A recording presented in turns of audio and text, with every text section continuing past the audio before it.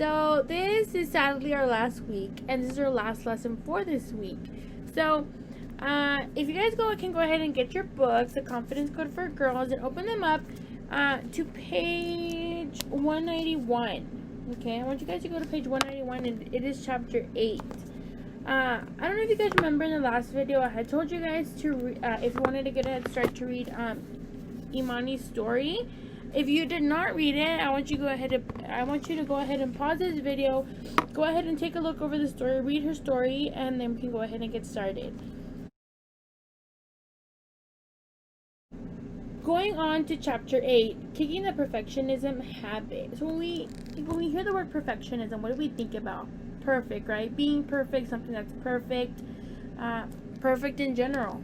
So does being perfect exist, or saying she's perfect or he's perfect, does that exist? I want you guys to go ahead and write yes or no in your journals, and I want to know what you guys think. So opening up our book and starting in chapter 8, reading Imani's story. Does Imani struggle in Imani finds her power feel familiar? There's just so much to get exactly right in life, right? So like making good grades at school, keeping your room clean, excelling in sports, being great at extracurriculars like drama, debate, math club, or if it's basketball, softball, volleyball, a certain sport or a certain class, pleasing your parents, looking good on social media, having lots of friends on social media, getting invited to every cool party or event, or saving up, spending money from babysitting or pet sitting and chores, right? There's just so many things that we want to be perfect at, but do we really have to be perfect at them? So now I want you to go ahead and go on to page 182, and as you can see, it says insert your goals right here. I want you guys to go ahead and insert some of your goals, right? What are something that you want to do or that you want to accomplish? So go ahead and pause this video and list some of your goals. So the list is endless, right? There are so many things that we can do or that we want to do. So we really believe that once we conquer our list, everything will be perfect, right? And life will be full of blue skies and rainbows and unicorns, or pizza and the beach trips and flurry rugs, or trophies and big screen TVs and awesome music, right? Or what is your idea of a perfect paradise? On page 183, I want you guys to go ahead and write that down and let me know, what is your idea of a perfect paradise? If it's eating pizza at the beach, if it's going shopping with your friends, what is your idea of a perfect paradise? So go ahead and pause this video and let me know, what is your idea of a perfect paradise? Okay, so now that you wrote down your perfect paradise, right? Now we can finally relax, right? No, right? It's literally impossible to be perfect or to do everything perfectly, right? Humans simply aren't perfect, and that's how we're made. If perfection is your goal, you never reach it. So don't try to be perfect. Like a cat chasing a shadow. You always be after something you can't quite catch, right? So perfectionism, let's forget what the dictionary says, right? And here's what the book describes perfectionism as: a really dangerous disease, an invasive strangling vine that creeps into your life and chokes everything in its path. It stresses you out and keeps you from taking risks, and most importantly, it keeps you from being you, right? So when we think about perfectionism in that way, we think, wow, that's scary, right? Whoever thought that perfectionism could be so important, or something that really takes the attention away of what we really want to do, right? Or haunts us. So I want you all to go on to the next page, which is page 194. And now let's talk about diagnosing perfectionism. So I want you all to go ahead and take this quiz right here. It says it's on page 184, and it moves on to page halfway onto page 186. I want you guys to go ahead and take the quiz, and I want you to recognize who's being stung by the perfectionism bug, okay? So I want you guys to go ahead and pause this video and kind of tell me and write down on your notebook your answers and which ones you think are too perfectionist, right?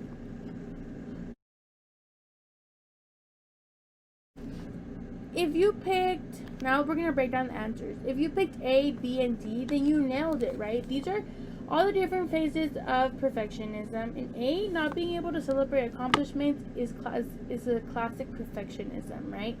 In B, perfectionism stops Rashida from taking a risk, even though she wants to do it.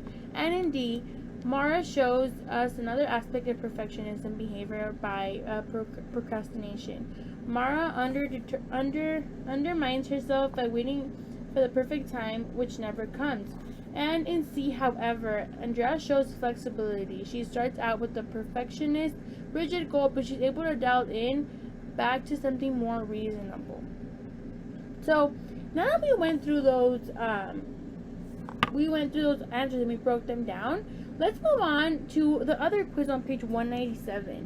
We'll be taking another quiz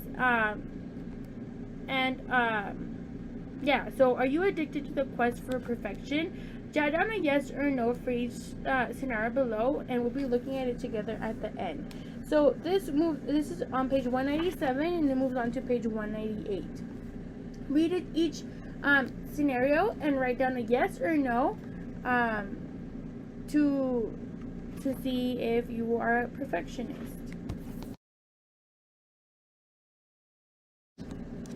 So now let's break down these answers. If you answered from a 1 to a 4, if you have like 1 to 4 yeses, then that's not bad, right? You like to do some things well, but aren't infected with the perfectionist bug. So pat yourself on the back. If you answered from a 5 to a 7, some hint of I must be perfect here. So of course you want to be good at things, but watch out for slippery slope of having to be good at everything, right? Work on sense of balance before it's too late. And if you answer from an 8 to a 10, perfectionism alert. Do you ever just chill, take some time, take time to take 5 of those yes answers and toss them into the trash, right? Being good enough but not perfect won't hurt or kill you. In fact, it will make you stronger. So you might ask, what's the big deal, right? So a lot of girls that we talked about or that we talked to with didn't understand why perfectionism was such a problem. So if you go on to page 200, here are some of the common perfectionism misconceptions, which they are: isn't perfectionism kind of a good thing? Or kind of good though? I mean, isn't that really the way to succeed? Or doesn't it just mean I'm ambitious? Or being perfect is a good way to make people happy, isn't it? And the last one, trying to be perfect means I'm working hard and pushing myself, right? So none of those things are true. Perfectionism isn't the key to success or anything else in life.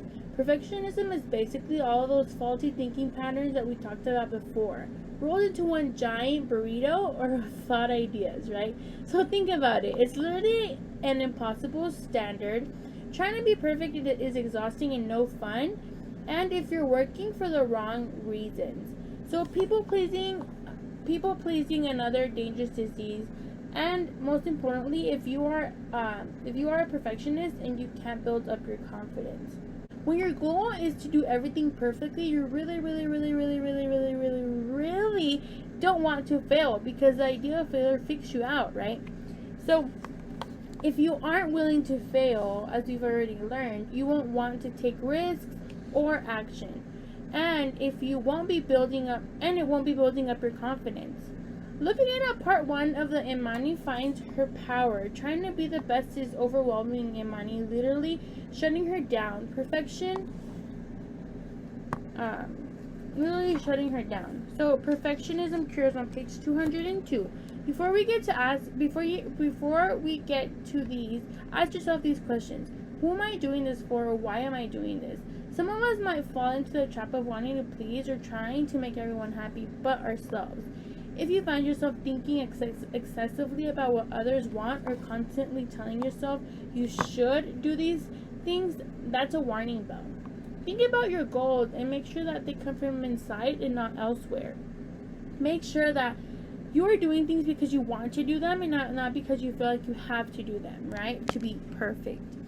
So if you go on to page 203, there are some things to take into consideration. So changing the finish line. So what's your goal? Think about what your goal is and go ahead and go after your goal, right? But just note that nobody's perfect and that you don't have to be perfect. Good enough. Do the best with what you've got, right? Go ahead on to the next page and talk to your parents, right? Sometimes it's difficult to talk to adults because they put pressure on you on your grades or activities or your appearance, right? So go ahead and talk to them and be open to them about it and saying, well, I feel too much pressure and I can't be perfect, right? Remake your checklist. Remember the list that from the beginning of the chapters that we made? Go ahead and take a look at it and rethink that list and see, well, do I really want to do this or do I really want to do that? And focus on now, right? Focus on the now. Don't think about what happened yesterday or don't think about what's going to happen in the future, right? Think about now and what you can do today to influence what you can do tomorrow. So I want you all to go ahead and move on to page 207. It says mirror, mirror. So perfectionism may be at its most dangerous and at its most toxic to confidence when we apply it to how we think we should look, right?